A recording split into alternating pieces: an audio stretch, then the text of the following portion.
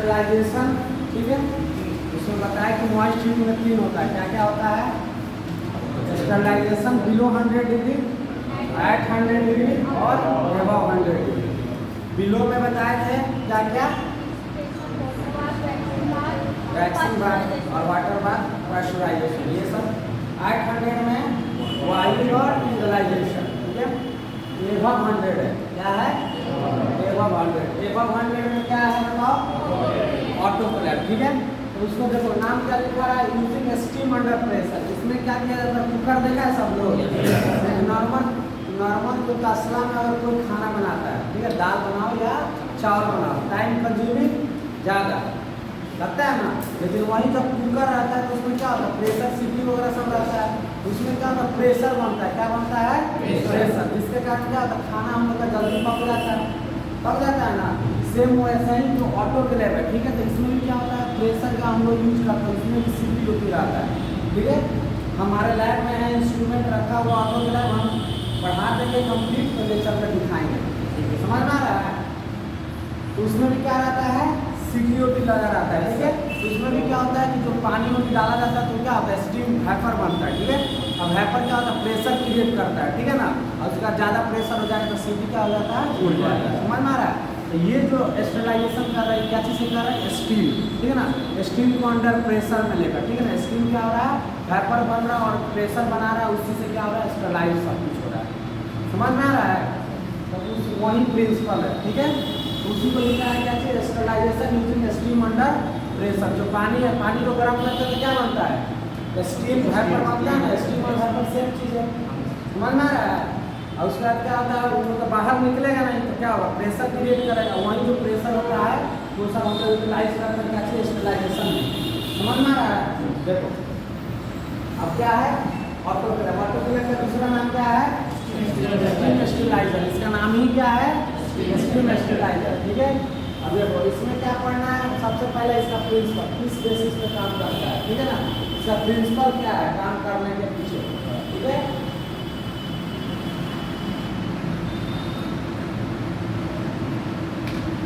The principle of autoclave is that when water boils, its vapor pressure equals to that of surrounding atmosphere, ठीक है। अब इसमें क्या करना है कि देखो जब भी हम लोग मानो कुकर ही पहले पानी डालते हैं, इसमें खाना वाना डाल दिए, चावल वगैरह जो भी है, ठीक है।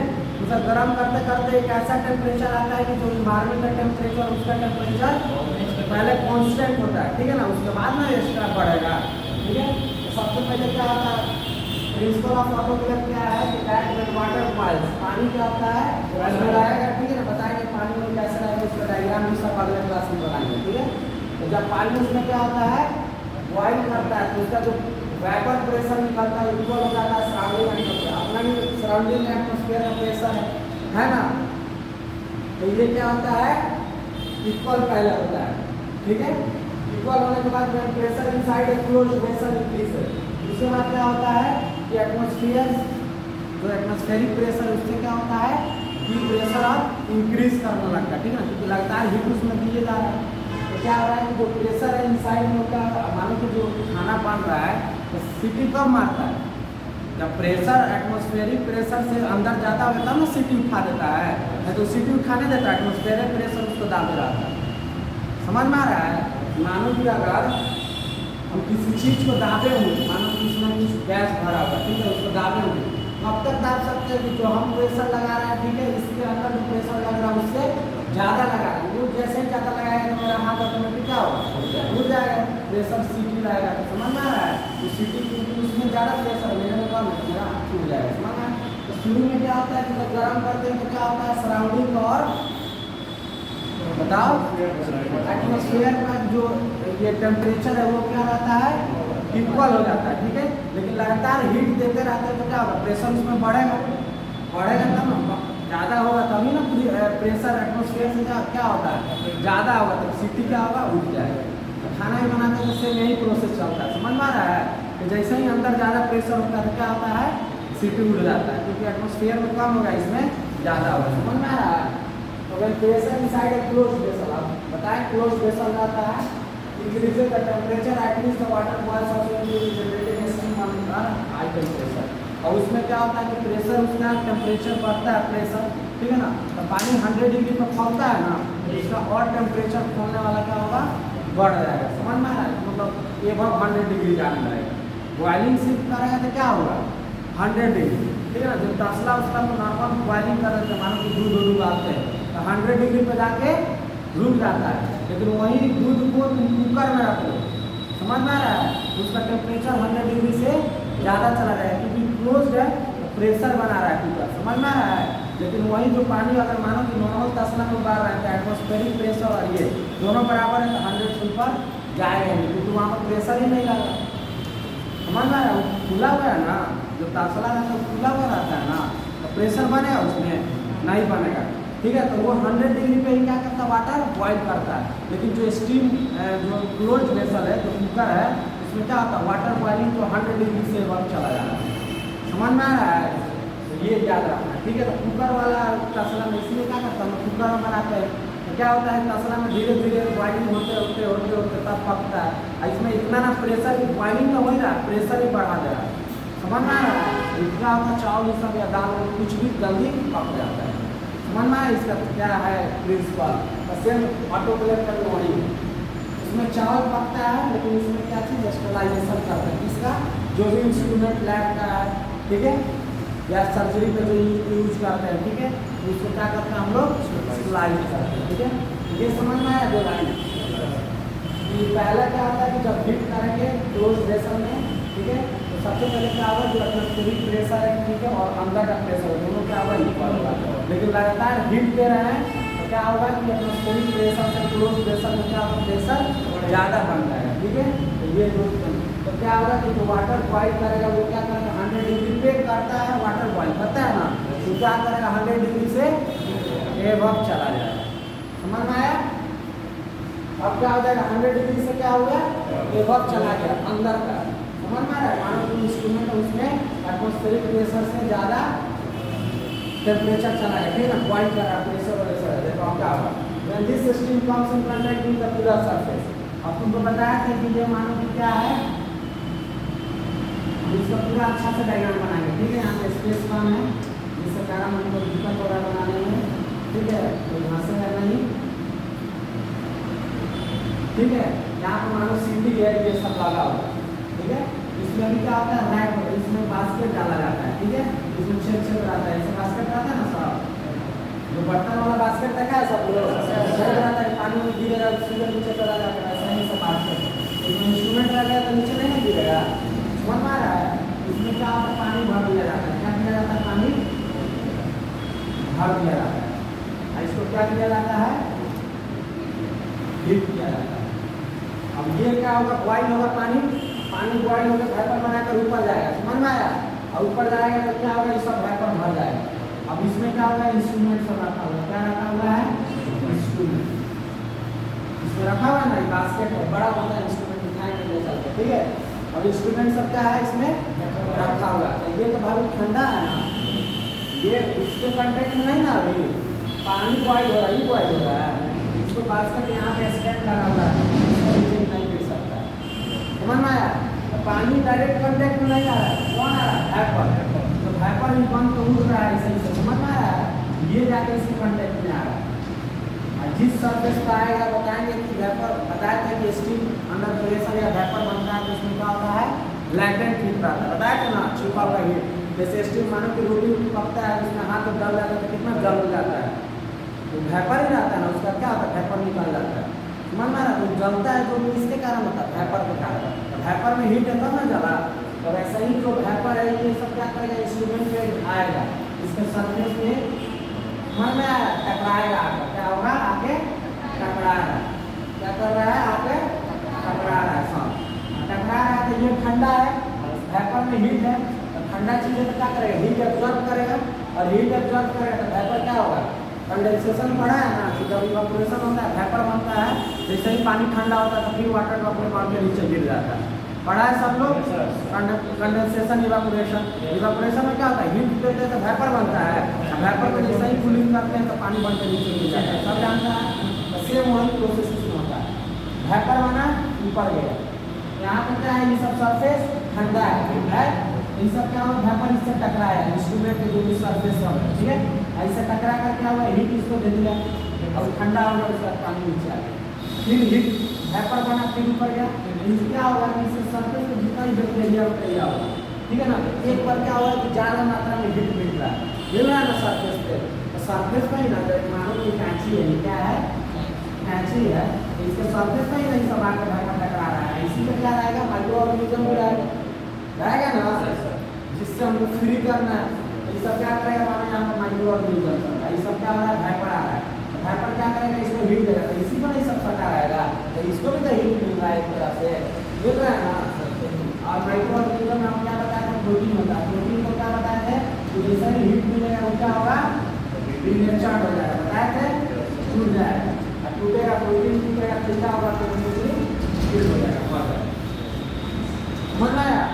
तो ये जो वेपर मिल रहा है इंस्ट्रूमेंट को, जो भी कैंची पे, मानो कि कैंची सपोज इंस्ट्रूमेंट स्लाइड कर, तो कैंची पर ये लाल रंग जो है क्या है, माइक्रो ऑर्गेनिज्म, हीट क्या हो रहा है, इसको मिल रहा है ना सरफेस को, अच्छा पानी ठंडा हो गया, अब हीट क्यों मिल रहा है, तो माइक्रो ऑर्गेनिज्म भी सरफेस से कराएगा, समझ में आ रहा है, इंस्ट्रूमेंट पे तो ऑटोमेटिक क्या हुआ, इसको भी हीट मिल गया, इसका जो प्रोटीन होगा वो क्या हो जाएगा, टूटेगा, माइक्रो ऑर्गेनिज्म का हीट थोड़ी ना टूटेगा भाई, मतलब कैंची है, ये स्टील का बना हुआ है, समझ में आ रहा है, तो ये क्या होगा, टूटेगा, ठीक है ना, तो इसका प्रोटीन क्या होगा, डीनेचर्ड हो जाएगा, हीट ज़्यादा मिल रहा है, और इसका क्या होगा, ये सब मर जाएगा, समझ में आया। तो ऐसा ही 1 घंटा 2 घंटा लगातार करते हैं, 1-2 घंटा करने से क्या फायदा है कि एक जो सरफेस है उसके क्या होगा, वेपर तो हवा है ना, तो सब जगह जाकर टकराएगा, एक पोर्शन पर ये सब क्या होगा, जाकर बढ़िया से टकराएगा और उसको क्या करेगा, डीनेचर्ड करेगा, प्रोटीन को, किसको डीनेचर्ड करेगा, प्रोटीन, किससे, प्रोटीन को, जो भी माइक्रो, समझ में आ रहा है, जो भी माइक्रो ऑर्गेनिज्म, वायरस बैक्टीरिया जो भी है, ठीक है ना, स्पोर कुछ भी, तो सब मर जाता है, क्योंकि ये 100 डिग्री, ठीक है ना, उतना टॉलरेट नहीं कर पा रहा है, टाइम भी देते हैं 15-20 मिनट, समझ में आ रहा है, तो लगातार क्या होगा, समझ में आ रहा है, तो वही सब लिखा हुआ है, समझ में आएगा, फिर से समझाए, फिर एक बार मशीन देखाएंगे ना, मशीन बोलते हैं, जो भी इंस्ट्रूमेंट को और अच्छा से समझ में आ जाएगा, ठीक है, देखो प्रिंसिपल समझ में आया क्या होता है, तो वही सब लिखा हुआ है, प्रिंसिपल क्या होता है, सबसे पहले बॉइलिंग पॉइंट में क्या होता है कि बॉइल होगा, बॉइल एक ऐसा टेम्परेचर आएगा कि प्रेशर बनाएगा, वेपर बनेगा, प्रेशर बनाएगा, प्रेशर बनाएगा तो क्या होगा, वेपर ये सब ठंडा जो भी सरफेस इंस्ट्रूमेंट रहता है उससे टकराएगा, और उसी इंस्ट्रूमेंट को माइक्रो ऑर्गेनिज्म है जिसको हमको क्या करना है, फ्री करना, मारना है, समझ में आ रहा है, तो हीट उसको मिलेगा माइक्रो ऑर्गेनिज्म को, उसका क्या होगा, प्रोटीन डीनेचर्ड होगा हीट के कारण, ठीक है, और वो क्या होगा, आसानी से मर जाएगा, ठीक है। देखो दूसरा रहना, when this steam comes in contact with the cooler surface यानी इंस्ट्रूमेंट सब, ठीक है, क्या होगा, हीट कंडेंसेस, क्या होगा, पानी इवेपोरेट का उनका होगा, हीट देकर कंडेंस हो जाएगा, ठीक है, ड्रॉपलेट बन जाएगा, ट्रांसमिट द लेटेंट हीट, तो लेटेंट हीट उसमें स्टीम में उसको दे देगा टू दैट सरफेस, ठीक है ना, जो सरफेस से सब इंस्ट्रूमेंट है, समझ में आ रहा है, इसको क्या करेगा, हीट देकर अपने पानी बनकर फिर क्या होगा, नीचे आ जाएगा, समझ में आया।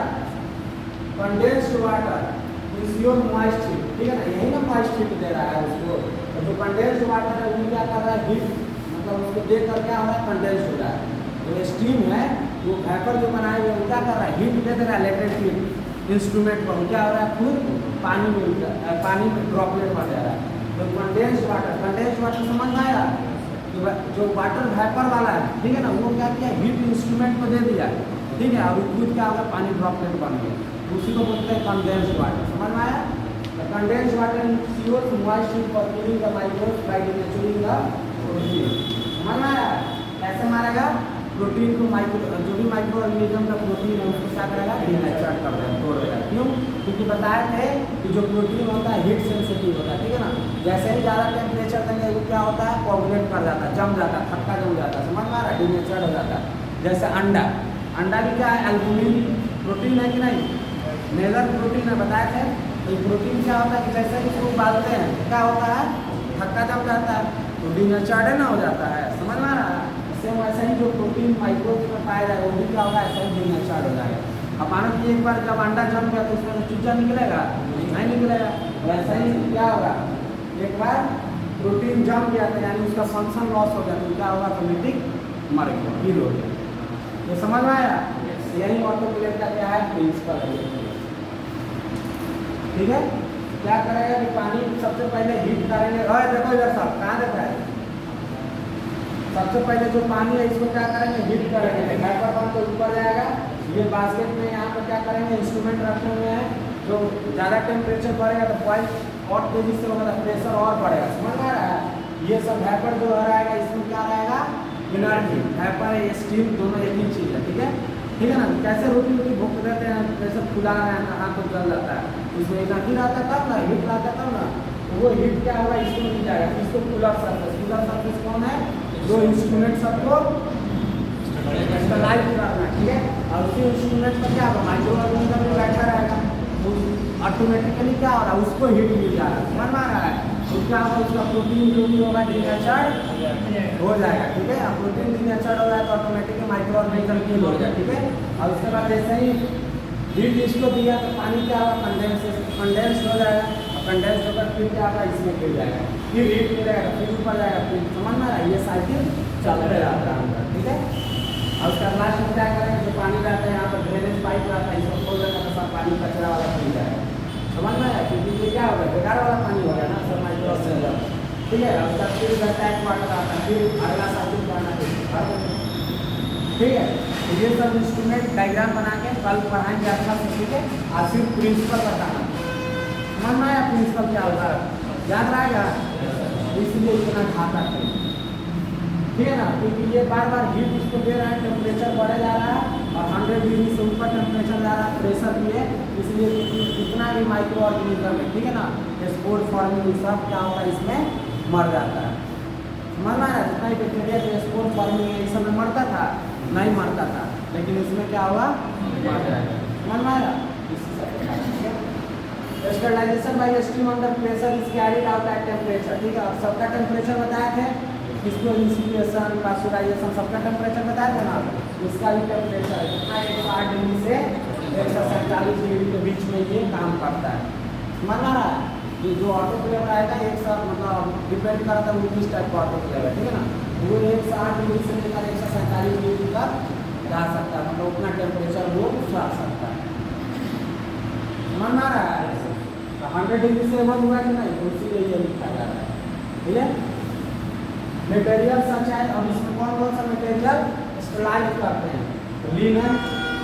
ठीक है, जो भी इंस्ट्रूमेंट हुआ सर्जरी वाला, लेबोरेटरी वेयर, वैसा लैब में मतलब जो इंस्ट्रूमेंट जो होता है हाई टेम्परेचर को सह सकता है, इसको दे देंगे। इसको समझ में आ रहा है, मीडिया बहुत सारा मीडिया है। ठीक है ना, किस तरह इंसिपेशन था, डिनलाइजेशन था ना। इंसिपेशन किसके लिए था, लॉफलर सीरम और स्टील रिएक्शन मीडिया। इंसिपेशन किसके लिए था,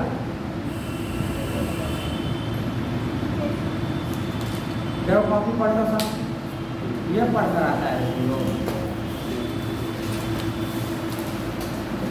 इंसिपेशन क्या लो,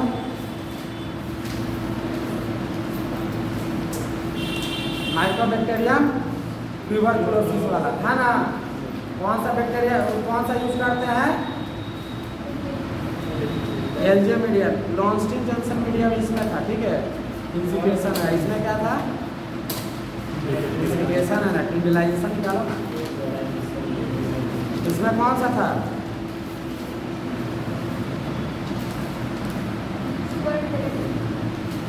मिला सबको, तो ये किलो पढ़ कर आएगा, इससे काम चलाएगा।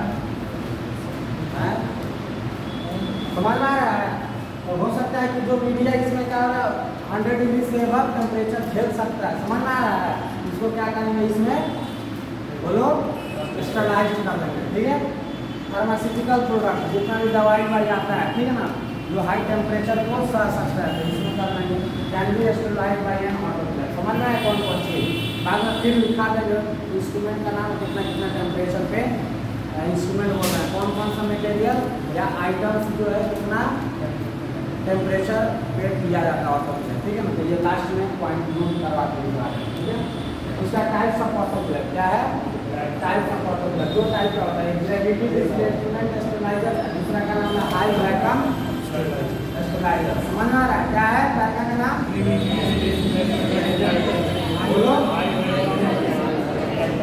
ग्रेविटी डिस्प्लेसमेंट स्टेबलाइजर और हाई वैक्यूम स्टेबलाइजर, ठीक है। इसमें क्या है, वेयर स्टीम, देखो इसमें क्या होता है ग्रेविटी डिस्प्लेसमेंट स्टेबलाइजर में, where steam enters the stabilizer chamber and displaces the residual air open देखो ये ऐसा ही रहता है, ठीक है। इसमें पहले से क्या है, एयर सब भरा हुआ है, समझ में आया। ये क्या है, पैक है और यहाँ से थोड़ा प्रेशर ज़्यादा होता निकल सकता है, ठीक है। ये क्या करें, गर्म हवा इधर से भेजते हैं, ठीक है। जितना भी ये सब है क्या है, इसमें हवा ऑलरेडी पहले से प्रेजेंट है ना, ये सब क्या करेगा, बाहर निकाल कर फेंक देगा और ये गर्म हवा पूरा कर देगा, समझ में आ रहा है। क्या बोल रहा है कि वेयर स्टीम इंटर्स, क्या होता है, वेपर जो भी स्टीम है क्या हुआ, इंटर किया, ठीक है, in the stabilizer chamber and displaces, इसको डिस्प्लेस कर दिया रेसिडुअल एयर ओपन में, इधर से जो खाली स्पेस था जो इसमें हवा भरा हुआ था बचा था इसको क्या किया, बाहर भेज दिया, समझ में आया। ये होता है ग्रेविटी डिस्प्लेसमेंट। इतना ध्यान नहीं रखना, सिर्फ याद रखना कि ऑटोक्लेव का दो टाइप्स होता है, ठीक है। इतना मतलब इसमें क्या होता है थोड़ा बहुत जान लो, अब बता रहे हैं तो बोलेगा ना सर कि ग्रेविटी डिस्प्लेसमेंट स्टेबलाइजर क्या होता है, उस वीडियो लिखो। इसमें क्या होता है कि जो गर्म हवा फेंकते हैं तो उसमें क्या होता है कि जो भी रेसिडुअल एयर है वो क्या होता है, बाहर चला जाता है, ठीक है। दूसरा हाई वैक्यूम स्टेबलाइजर, क्या है, हाई वैक्यूम स्टेबलाइजर। इसमें क्या होता है कि stabilization of on rack items is done in the free vacuum chamber. इसमें क्या किया जाता है कि हवा निकाल दिया जाता है, ठीक है। और जो भी ऑन रैक है, रैक मतलब क्या होता है, किसी भी इंस्ट्रूमेंट को बताया तो रैक करके ये सब हॉट एयर ओपन में डालने चाहिए। जो भी इंस्ट्रूमेंट जो रैक नहीं होता है, ठीक है ना, उस सब जो भी मटेरियल जो रैक नहीं हो सकता, हम रैक रहता है, सबको इसमें क्या किया जा सकता है, ऑटोक्लेव किया जा सकता है हाई वैक्यूम स्टेबलाइजर। समझ में आया। ये सब इतना इंपॉर्टेंट नहीं है, क्वेश्चन नहीं पूछता, सिर्फ टाइप्स याद रखना कि दो टाइप्स का होता है, ठीक है। और उसके बाद इसका आगे पढ़ेंगे टाइप्स ऑफ ऑटोक्लेव हो गया। अब लेबोरेटरी ऑटोक्लेव के बारे में पढ़ेंगे। जो लैब में ऑटोक्लेव रखा हुआ रहता है वो किस प्रिंसिपल पर काम करता है, प्रिंसिपल क्या होता है, सेम होता है, ठीक है ना। उसका डायग्राम कैसा होता है, उसका नाम सब पढ़ेंगे कि प्रेशर गॉज कहाँ रहता है, टेम्परेचर नापने वाला कहाँ रहता है, ड्रेनेज पाइप कहाँ रहता है, पानी किधर से फिल करते हैं, समझ में आ रहा है। बास्केट क्या होता है, बास्केट कैसा रहता है, कैसे लगाते हैं, होल्डर क्या होता है, ठीक है। तो ये सब क्या होगा पूरा उसके बारे में डिटेल लेबोरेटरी ऑटोक्लेव के बारे में नेक्स्ट क्लास में पढ़ेंगे, ठीक है ना। तो वो इम्पोर्टेंट है, वो जब पढ़ा देंगे तो पहले हो सके तो हम इंस्ट्रूमेंट दिखाते हैं, नहीं तो क्या होगा पढ़ाता है इंस्ट्रूमेंट, ठीक है। दोनों में से कोई चीज़ अब जो मूड डिपेंड करेगा उसके ऊपर, ठीक है। समझ में आया। ये आज इतना, ठीक है ना, इसको पढ़ लेना, ये बहुत इंपॉर्टेंट है। स्टेबलाइजर में मेन यही है, हॉट क्या है, ऑटोक्लेव। ये नहीं आया तो स्टेबलाइजेशन मतलब कुछ नहीं है, समझ में आया। क्योंकि जो बहुत मतलब मैक्सिमम टाइम ऑटोक्लेव में यूज होता है, खास करके लैब में। हम लोग रिलेटेड तो क्या है, लेबोरेटरी है, लैब में जो इंस्ट्रूमेंट है, सर्जरी में जो इंस्ट्रूमेंट यूज करेगा सब ऑटोक्लेव करना है, तो उसी के बारे में नहीं जानेगा कि स्टेबलाइजेशन उसी के ना पढ़ रहा है, समझ में आ रहा है। तो इसको जानना जरूरी है, समझ में आ रहा है। तो उसके बाद क्या हो जाएगा, मॉइस्ट हीट खत्म हो जाएगा। तो उसके बाद क्या पढ़ेगा, फिल्ट्रेशन और रेडिएशन, ठीक है ना। तो अभी हमको लगता है ये लेबोरेटरी ऑटोक्लेव में 2 लेक्चर लगेगा, ठीक है, मतलब 2 क्लास। उसके बाद कंप्लीट होगा तो उसके बाद क्या होगा, फिल्ट्रेशन, ठीक है ना, और उसके बाद रेडिएशन ये सब पढ़ेंगे, समझ में आया। आज यही तो क्लासिंग करते हैं, सब समझ में आ गया ना, सब पढ़ कर आए, ठीक है, चलो।